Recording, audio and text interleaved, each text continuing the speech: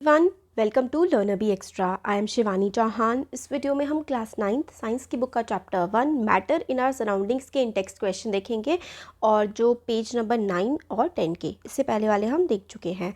तो ये सब देख लिया है। अब पेज नंबर 9 में है convert the following temperature to Celsius scale. हमें ये जो टेम्परेचर गिवन है ये केल्विन में गिवन है। के जो रिप्रेजेंट करता है वो केल्विन को करता है। तो हमें केल्विन में टेम्परेचर गिवन है, हमें इस केल्विन को डिग्री सेल्सियस में कन्वर्ट करना है। तो क्या होता है कि जब भी केल्विन में हमें गिवन है, केल्विन में गिवन है और हमें केल्विन से सेल्सियस में कन्वर्ट करना है, तो हमें जो भी टेम्परेचर गिवन होगा ना उसमें से हम लोग 273 को माइनस कर देंगे। मतलब केल्विन से आपको सेल्सियस में जाना है तो जो भी टेम्परेचर गिवन है, यहाँ पे 300 गिवन है, 300 में से आप 273 को माइनस कर दोगे तो क्या बचेगा, हमारे पास आंसर बचेगा 27 डिग्री सेल्सियस। अगेन फिर केल्विन से सेल्सियस है और हमें 573 को कन्वर्ट करना है, तो 573 में से 273 आप माइनस कर दोगे तो आंसर बचेगा 300 डिग्री सेल्सियस। तो आपको केल्विन को, अगर केल्विन, ठीक है, जो केल्विन है उससे अगर आपको सेल्सियस में, ठीक है, केल्विन को सेल्सियस में कन्वर्ट करना है तो आपको क्या करना पड़ेगा, 273 डिग्री से माइनस आपको कर देना होगा। बस यही हमें इसमें करना होता है। क्वेश्चन 2 देखते हैं। What is the physical state of water at 250 degree Celsius और 100 डिग्री सेल्सियस। 250 डिग्री सेल्सियस पर फिजिकल स्टेट क्या होगी पानी की, और 100 डिग्री सेल्सियस पर पानी की फिजिकल स्टेट क्या होगी। तो आंसर है water at 250 degree Celsius exist in gaseous form. तो 250 डिग्री सेल्सियस पर जो पानी है वो गैस में, गैशियस स्टेट में जो है वो प्रेजेंट होता है। 250 डिग्री सेल्सियस पर पानी गैस में होता है ना, बहुत ज़्यादा गर्म होता है। और 100 डिग्री सेल्सियस पर water can exist in both liquid and gaseous form at 100 degree Celsius. ऐसा ही 0 डिग्री सेल्सियस पर जो पानी होता है वो सॉलिड भी होता है और लिक्विड भी होता है। 100 डिग्री पे पानी लिक्विड होता है और गैस होता है। एट दिस टेम्परेचर यानी कि 100 डिग्री सेल्सियस पर after getting the heat equal to the latent heat of vaporization water starts changing from liquid state to gaseous state. तो वाटर लिक्विड से गैशियस स्टेट में आने लगता है। ठीक है। क्वेश्चन नंबर 3 है for any substance why does the temperature remain constant during the change of state. एक पर्टिकुलर सब्सटेंस के लिए टेम्परेचर जो है वो कांस्टेंट है, मतलब टेम्परेचर बराबर है फिर भी जो है स्टेट चेंज हो रही है तो टेम्परेचर बराबर क्यों रहता है। तो इसका आंसर है during change of state temperature remain constant. जब जैसे सॉलिड से लिक्विड में जा रहे होते हैं, लिक्विड से सॉलिड में या फिर लिक्विड से गैस में, इस तरीके से जब जा रहे होता है कोई चीज़ कन्वर्ट कर रहा होता है अपनी स्टेट, तो उसका टेम्परेचर सेम होता है। This is because all the heat supplied to increase the temperature is utilized in changing the state by overcoming the force of attraction between particles.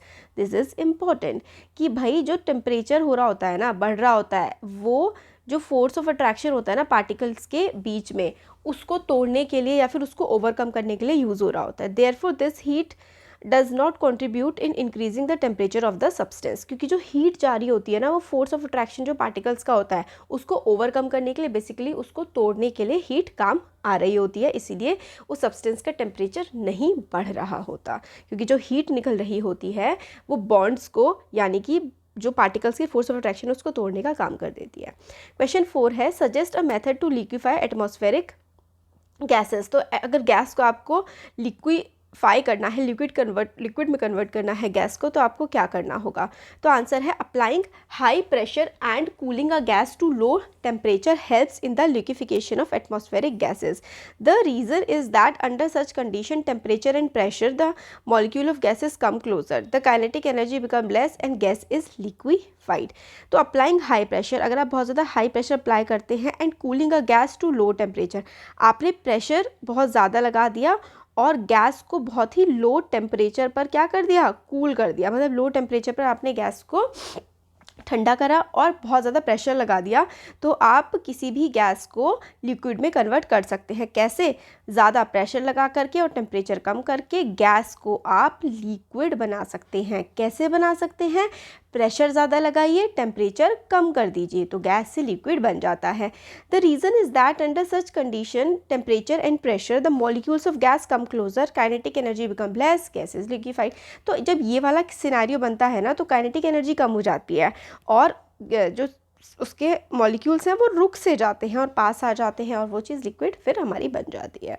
अब पेज नंबर 10 है इसके क्वेश्चन है why does a desert cooler cool better on a hot dry day. तो जो desert cooler यानी कि basically आपका जो कूलर होता है वो जब गर्मी के मौसम में अगर नमी ना हो, गर्मी हो काफ़ी ज़्यादा बट नमी ना हो हवा में, ऐसे मौसम में जो कूलर है वो ज़्यादा ठंडा कर देता है कमरे को। ऐसा क्यों?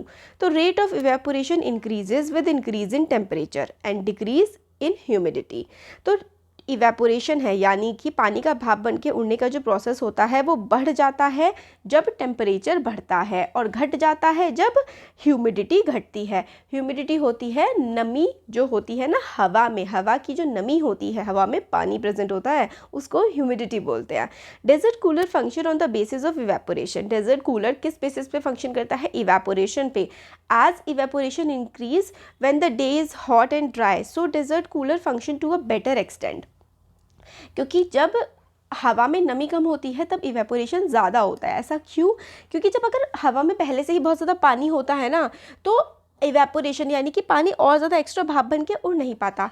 जब हवा में नमी कम होती है यानी कि हवा ड्राई होती है, सूखी होती है, तब जो इवेपोरेशन है वो अच्छे से हो पाता है और कूलर अच्छे से कूलिंग कर पाता है। क्वेश्चन 2 है how does water kept in earthen pot become cool during summer. आपने देखा होगा गांव वगैरह में मटके में रखते हैं, फिर जनरली घरों में भी लोग मटके में पानी रखते हैं और वो ठंडा हो जाता है। ऐसा क्यों होता है? The surface of the earthen pot यानी कि मटका हैज़ टाइनी पोर्स। तो जो मटका होता है ना, उसके सर्फेस पे छोटे छोटे छोटे छोटे पोर्स यानी कि ऐसे छेद टाइप के होते हैं मिट्टी में। The water stored in the earthen pot evaporate faster through these pores. तो जो मटके में पानी रखा होता है और उस मटके में थोड़े थोड़े छेद होते हैं, तो वो पानी इवेपोरेट हो जाता है due to the increase export surface area. क्योंकि सरफेस एरिया ज़्यादा होता है तो पानी जो है वो इवेपोरेट होने लगता है। As the process of evaporation causes cooling, the stored water inside the matka become cool. और हमें ये बात जान लेनी चाहिए कि जब भी इवेपोरेशन का प्रोसेस होता है तब हमें ठंडा महसूस होता है। तभी तो गर्मियों में हमें पसीना आता है बहुत ज़्यादा। क्यों? ताकि हमारी बॉडी उससे ठंडी हो सके। जब पसीना भाप बन के उड़ता है ना ऊपर, तो हमारी स्किन ठंडी हो जाती है। नेक्स्ट क्वेश्चन है why does our palm feel cold when we put some acetone और पेट्रोल और परफ्यूम ऑन इट। जब परफ्यूम या पेट्रोल या फिर एसीटोन हम अपने पाम पर यानी कि अपनी हथेली पर रखते हैं तो हमें ठंडा ठंडा क्यों फील होता है? इवेपोरेशन ही इसका आंसर है। Acetone, petrol, perfume being volatile evaporate very fast. मतलब वोलेटाइल मतलब बहुत ज़्यादा फास्ट ये इवेपोरेट हो जाते हैं। When expose to large surface, जब बड़े सरफेस पर आते हैं ना तो बहुत ही जल्दी से ही इवेपोरेट हो जाते हैं। During the process they absorb the required heat of vaporisation from the palm, so the process causes cooling and the palm feels cool. तो क्योंकि बहुत जल्दी इवेपोरेशन हो जाता है, उससे जो लेटेंट हीट ऑफ वेपराइजेशन होती है ना, मतलब हीट को लेकर के भाप बन के उड़ जाती है, हीट भाप की फॉर्म में ऊपर चली जाती है और हथेली हमारी ठंडी फील हमें होती है। नेक्स्ट है why we able to sip hot tea और milk faster from a saucer rather than a cup. एक कप के बजाय हम एक थोड़े चौड़े बर्तन में से हम ज़्यादा आसानी से गर्म दूध या फिर चाय पी पाते हैं। तो in a saucer the expose surface area of the tea is greater as compare to the cup, therefore evaporation is faster and it's easier to sip colder tea और मिल्क। देखिए क्या होता है ना, अगर किसी चीज़ का सरफेस एरिया बड़ा होता है, सरफेस एरिया ज़्यादा है तो ज़्यादा इवेपोरेशन होगी और ज़्यादा भाप बन के ऊपर उठेगी, तो जो नीचे वाली चीज़ है वो ठंडी हो जाएगी। जैसे कि आपने मे भी शायद कभी नोटिस किया कि दूध बहुत ज़्यादा गर्म हो जाता है तो हम उसको बड़े बर्तन में रख देते हैं। बड़े बर्तन में रखने से क्या होता है कि वो चीज़ ठंडी हो जाती है। ठीक है, तो यही रीज़न है कि ठंडी हो जाती है। क्यों हो जाती है? क्योंकि इवेपोरेट वो आसानी से और जल्दी हो जाती है।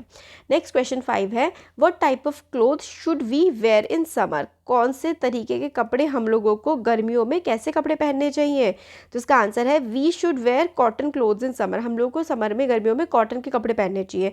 ड्यूरिंग समर्स वी स्वेट मोर। जब गर्मी का मौसम होता है तो हमें ज़्यादा पसीना आता है। On the other hand cotton is a good absorber of water. मतलब हमें गर्मियों में पसीना आता है तो जो कॉटन का कपड़ा होता है ना वो अच्छे से एब्जॉर्ब भी कर लेता है उसको। कॉटन अच्छा एब्जॉर्बर होता है पानी का। Thus it absorb sweat from our body and exposes the liquid to the atmosphere making evaporation faster. तो बेसिकली जो कॉटन का कपड़ा होता है ना वो अच्छे से एब्जॉर्ब कर लेता है पानी को, पसीने को, और वो इवेपोरेशन में हेल्प करता है। During this evaporation particles on the surface of liquid gain energy from our body making the body cool. तो इवेपोरेशन के टाइम पर हमारी सरफेस से एनर्जी जो भी होती है, गर्मी, वो भाप बन के उड़ जाती है। पसीना आता है, फिर वो भाप बन के उड़ जाता है और हमारी जो बॉडी का सरफेस है वो ठंडा हो जाता है। तो ये हमारे सारे के सारे अब इन टेक्स्ट क्वेश्चन कंप्लीट हो गए हैं। इन सब का जो लिंक है, इसका PDF आप लोगों को डिस्क्रिप्शन बॉक्स में मिल जाएगा, मतलब टेलीग्राम का लिंक मिल जाएगा, उस पर सारे PDF अवेलेबल होंगे और बाकी सारे चैनल्स का लिंक और बाकी जितने भी हमने सब्जेक्ट्स कवर कर रखे हैं सबका लिंक आपको मिलेगा। Thank you. अच्छा लगा है तो ज़रूर चैनल को सब्सक्राइब करिए।